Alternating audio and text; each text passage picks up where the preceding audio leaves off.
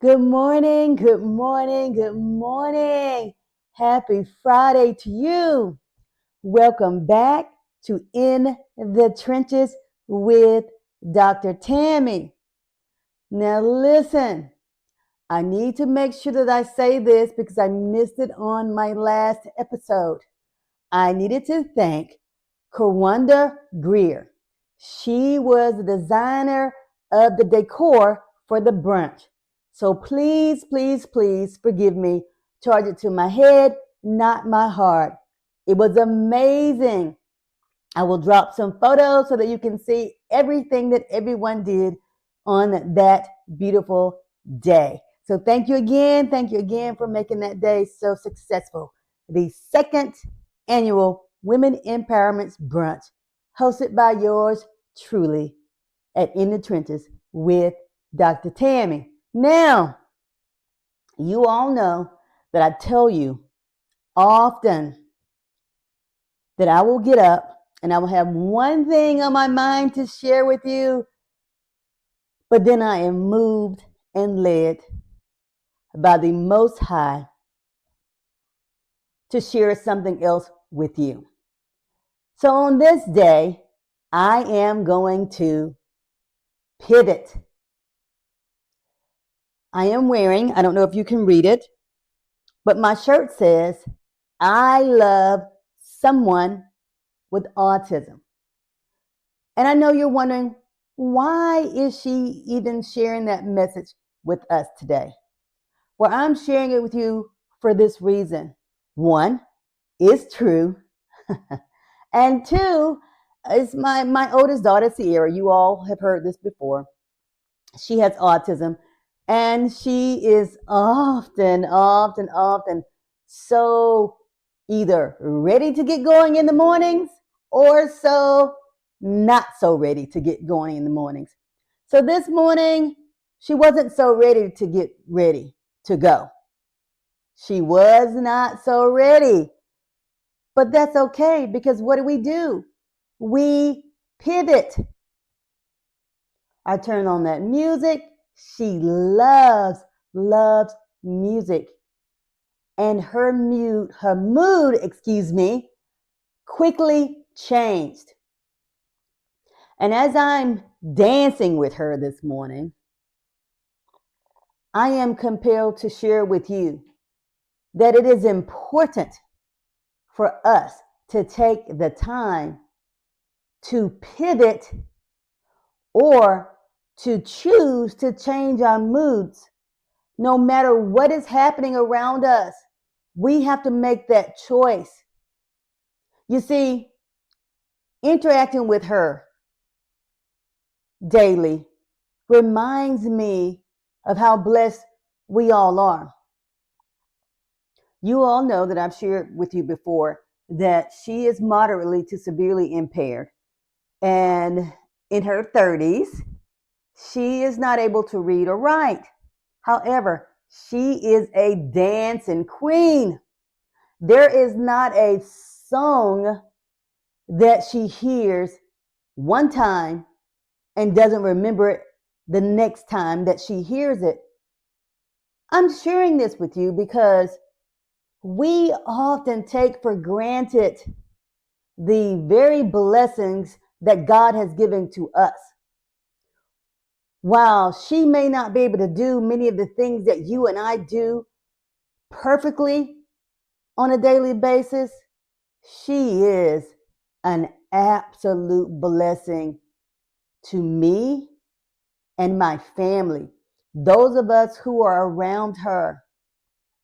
Even in this world of chaos, we are reminded of what true unconditional love looks and feels like because she gives it to us.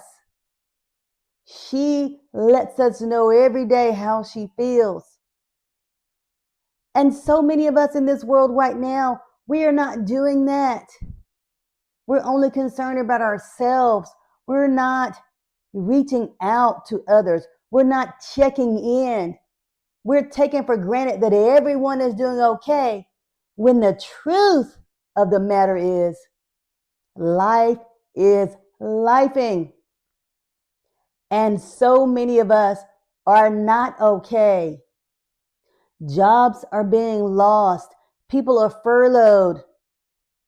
Tables are empty.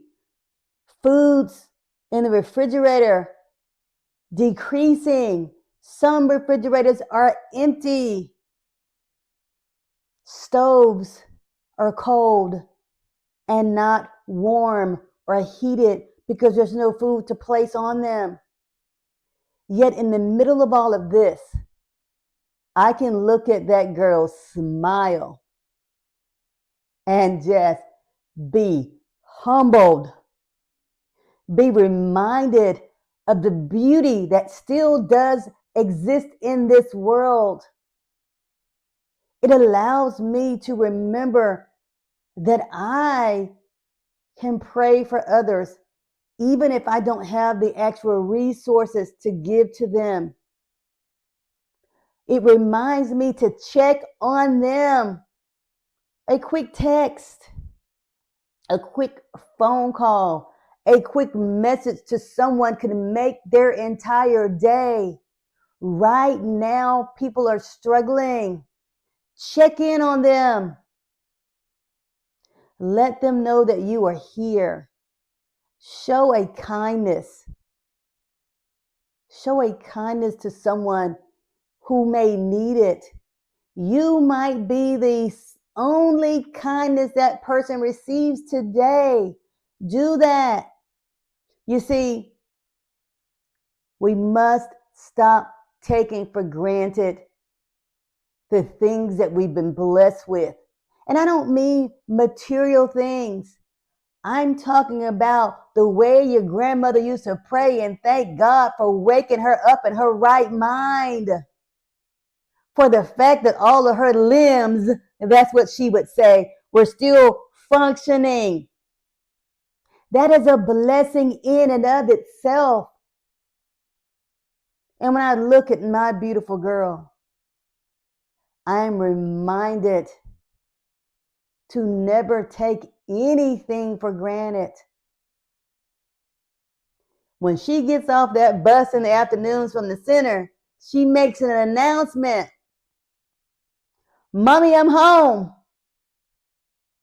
And if I am feeling down or sad about anything, that announcement, whoo, lifts my spirits.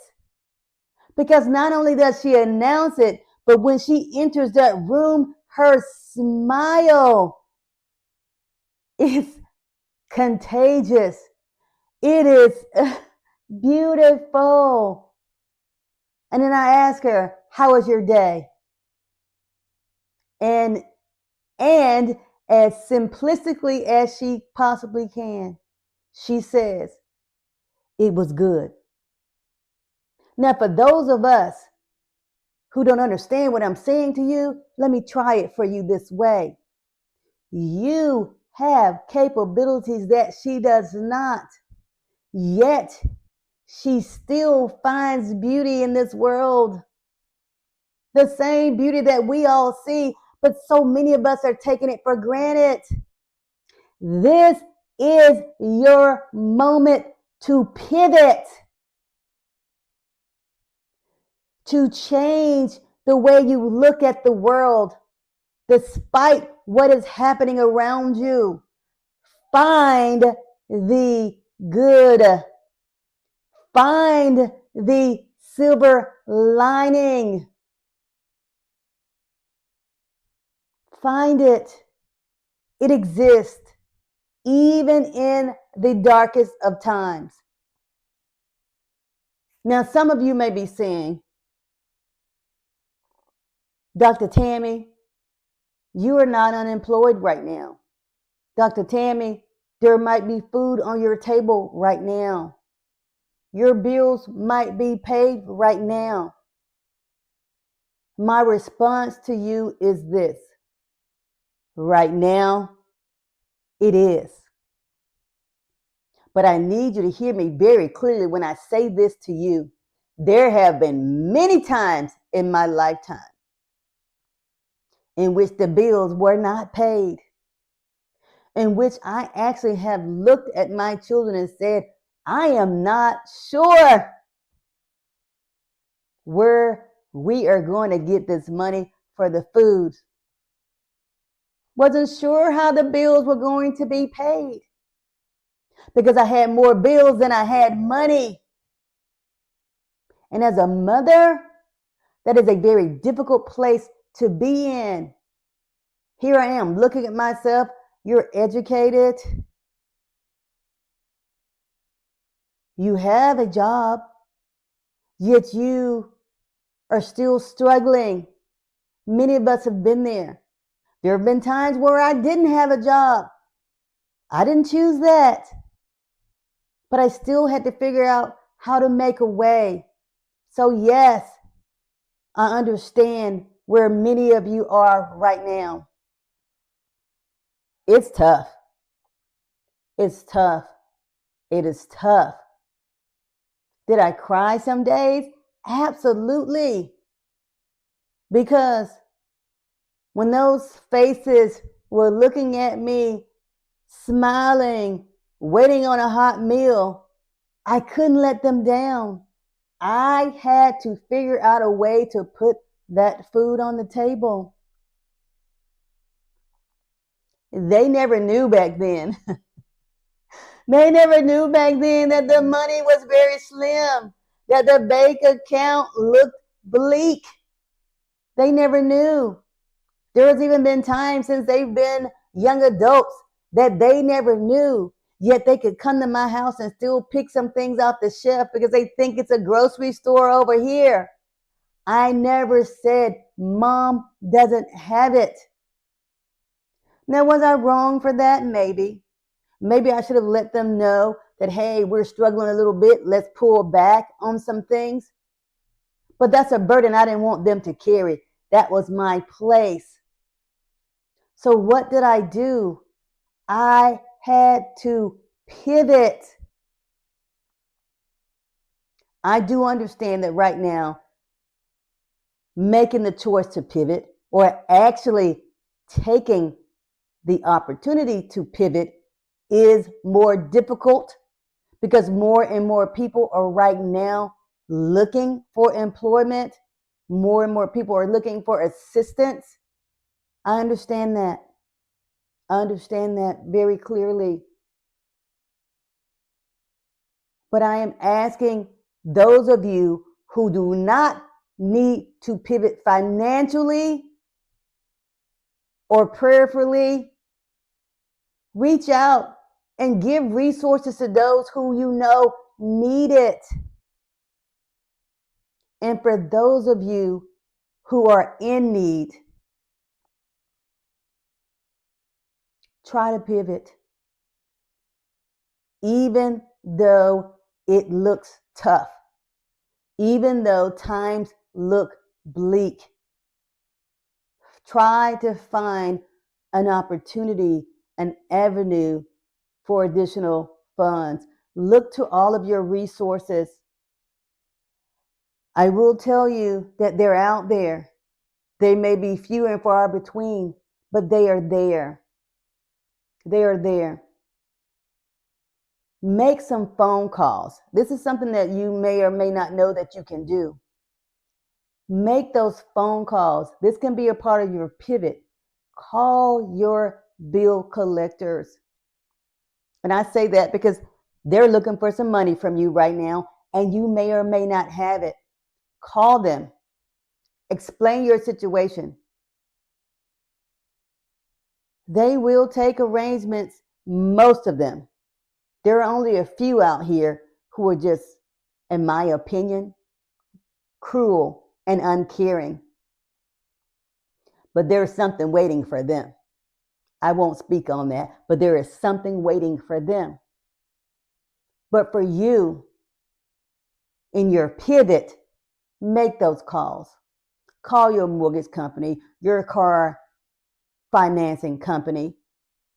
Call your utilities companies, even your credit card companies. Call them. Have those conversations with them. Believe it or not, so many of them are waiting on you. They have options. There are plans. Many of your mortgage companies, you didn't know this, will take that mortgage and modify it. They will either break your mortgage up into portions or take a couple of payments and add it to the end. So will the people who finance your cars. But that's not information that's readily shared. Now you're saying, well, how do you know this, Doc? Well, because in those moments in which I had to pivot, I made some calls. I'm not ashamed to say it. Every day of my life hasn't been filled with roses. But the difference is I still chose to see them, even when they didn't exist. I took the time to pivot. I took the time to smell the non-existent roses because I had to choose. I had to choose to take care of my family. Had to choose to make sure we were able to keep the things that they needed. Put myself on the back burner, but make sure they were taken care of. So I'm asking you today, what is your pivot? And if you need help making that pivot, you know how to find me. I'll walk you through it. Just know that you are not alone. And as I end the podcast today, and I'm asking you to pivot, and I've shared my experiences with you, I want you to remember this. When you make that pivot and you're changing what's happening around you as best that you possibly can, please try to do it with a positive outlook, even though it looks dark, even though you may not see any way out. And when you do that, even though you may have never ever seen my child's face, I want you to think of that huge smile that she has when she flings that door open every afternoon around 3:30 and says, "Mommy, I'm home." She has announced it and made her presence be known. When you pivot, whether it's small or large, make your presence known. You have got this. You are not alone. Happy Friday. Happy Friday. Happy Friday to you. Much love. Much, much, much love.